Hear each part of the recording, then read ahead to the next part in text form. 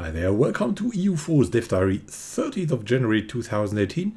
It is about the Anglican Church and industrialization. And this will be in the yet unnamed Immersion Pack. So let's look at the details. So the Immersion Pack is going to have to do something with the British Isles, we guess. Or maybe with religion, or maybe with something completely else. Industrialization is very much bound to Great Britain and the coal mines there. We'll look into that in further detail now. Now first, the Anglican Church. When the Reformation hits, Christianity branches out to the Protestant and Reformed faiths. Owners of the Immersion Pack will find themselves with a third option appearing in the British Isles. And that option is, as you can see here, it's 1538, the Church of England. As the Protestant Reformation radically shifts the religious landscape of Europe, England must take a firm stance on its faith. This has of course provoked much discussion in court, with some favouring the Protestant cause and others defending the traditional religion. King Henry VIII, however, has a novel idea for the creation of a different sort of church, a church with a king as its supreme governor, a happy union of church and state. Neither Protestant, Catholic, not Reformed, it would take a flexible approach to doctrine as fits the circumstance. Such a church would have its advantages, no longer subject to any higher ecclesiastical authority. The king could marry and divorce at will, determine the nation's theological direction, and have the assurance that they are appointed to rule directly by God. And as you can see here, Anglican becomes the new state religion of England. You gain some ducats, and this will also apply to our ruler and possible heirs.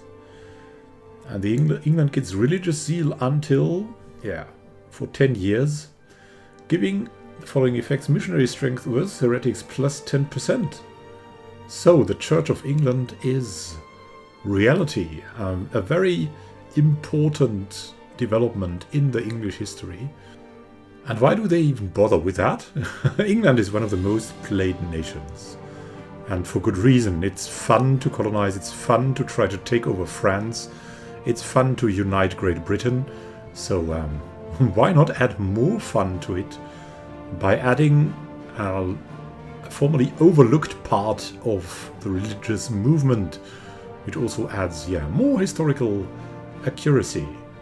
So subtly undertitled, but what if I were to invent a belief and disguise it as my state religion? Oh, delightfully devilish, Henry. And after the initial Reformation hits, a strong British nation can spawn the Anglican faith in their nation. If the option to adopt the faith, evangelize it, spawning a Reformation centre at great financial cost, or simply to reject it. This new faith is a different branch of the Christian group and comes with its own bonuses and church actions, which you can see here. You can now divorce your consort, which was like a prime reason for Anglican to be introduced. Then you can have, you can marry a local noble woman. Once you have divorced, a new consort appears. You can dissolve the monasteries and gain some ducats by that. You can grant monopoly charters, similar to the functionality you have with a pope. And you can add a progress of the supreme governor and gain stability. This seems like this is the complete list, as you cannot scroll down. As you can see here, the religion has development cost goes down by 10%, which is, of course, very good. Missionary strength versus heretics plus 2%. That helps too by converting. Then, as we see, Anglicanism itself grants lower development cost and better conversion rates against heretics, and like Protestantism gives you a church of the country name with its own church power. Instead of adding aspects to your church, though, there are direct actions you can take to gain money, mercantilism, or stability for your realm. For rights of man owners, 2 more options will be available, much to your consort's dismay. You can actively and immediately divorce your unworthy partner and marry a new local noble. For example, if your consort is infertile or something like that, that might be good for your dynasty. And Anglicanism is primarily a following for the British Isles. It cannot be adopted as easily as Protestantism or Reformed. However, it can be spread by war from a particularly evangelist Brit, or religious rebels can force the state to adopt it. Now moving along to industrialization, also a very British development originally. Our story with this feature starts with the addition of latent resources to Europa Universalis. Certain historic locations in the world contain an untapped latent deposit of coal.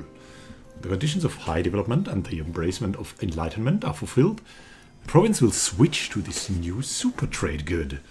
You can see here, gives state maintenance minus 20% and current price 10, which is of course a really good upgrade. So as you can see here, 20% cheaper state maintenance, 10% goods produced is also something that coal gives. Not only 10 price in state maintenance, also 10% more good produced.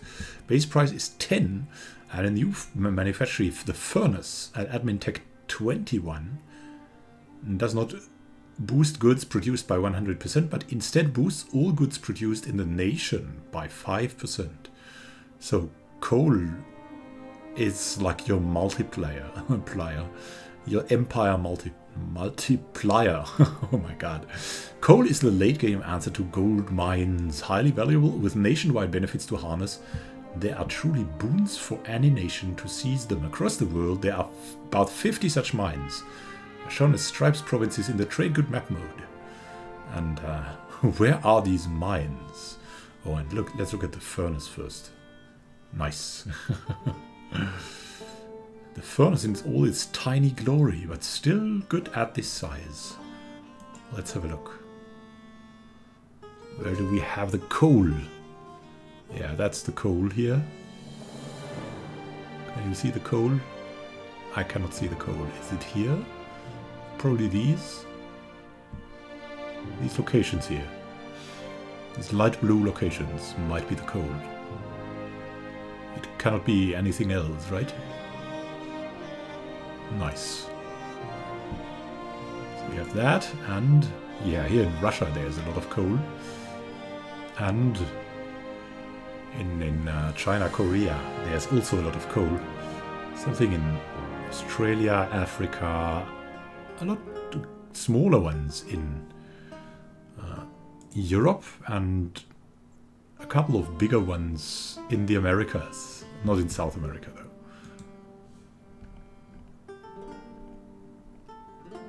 Handiwork of Karlburg. Yeah, there's an added bonus. Consolidated manufacturer listings both in the province view and the macro builder as a quality of life change. So one doesn't no longer see irrelevant manufacturers in the province or has to dance between manufacturers to see which one will give you the best bang for your buck. So you have the direct comparison. Finally, hawk-eyed individuals noticed last week. Yeah, I had someone commenting on my video too that France's name stretched out in a way that they do not currently do in the release version of EU4. Our magician of optimization stepped in to tweak out map name generation code a touch. He has got this to say. As those of you with especially keen eyes noticed in the last dev diary, country names can now spread across sea zones. As anyone who's played in Indonesia will know. Yeah, and we've got someone playing that too. Very interesting, Indonesia now. The sea is truly the greatest enemy of good name placement, but that is no more. Now if a single country controls every single land province surrounding a sea zone, the game will pretend it is part of that territory for the purposes of name placement, and there are a couple of additional requirements beyond controlling every province to ensure that the results don't add up ridiculous. There have to be at least 2 different landmasses bordering the sea zone. At least 2 of the bordering landmasses have to be larger than one's province. Otherwise, names would stretch out to reach tiny islands, causing strange results such as Portugal's name being in the middle of the sea between Portugal proper and the Azores. Yeah, that makes sense. So the proper landmass should be named. A combination of these rules lead to far nicer looking names in areas with a lot of islands, while avoiding making name placement worse in areas that don't really need names stretching across these zones.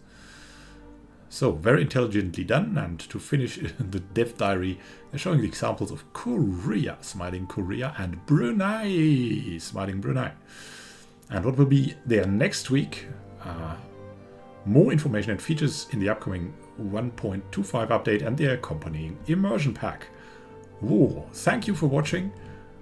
Do you like that? I really like that. I'm a big fan of English history, and I originally thought my current Let's Play would be the only one in this year, but this tempts me so much. I might make it again like a really historical Let's Roleplay of England, and its industrialization is really, really tempting. So I'm really looking forward, especially for to the industrialization, but also the Anglican Church interests me. But industrialization is somehow, I think there will be more added, maybe more hidden resources. Could that be? Well, we won't have uranium, right? But coal is something. So, thank you for watching. If you like to get more news like this, just subscribe to the channel. Have a good time. Until next time, and happy gaming to you.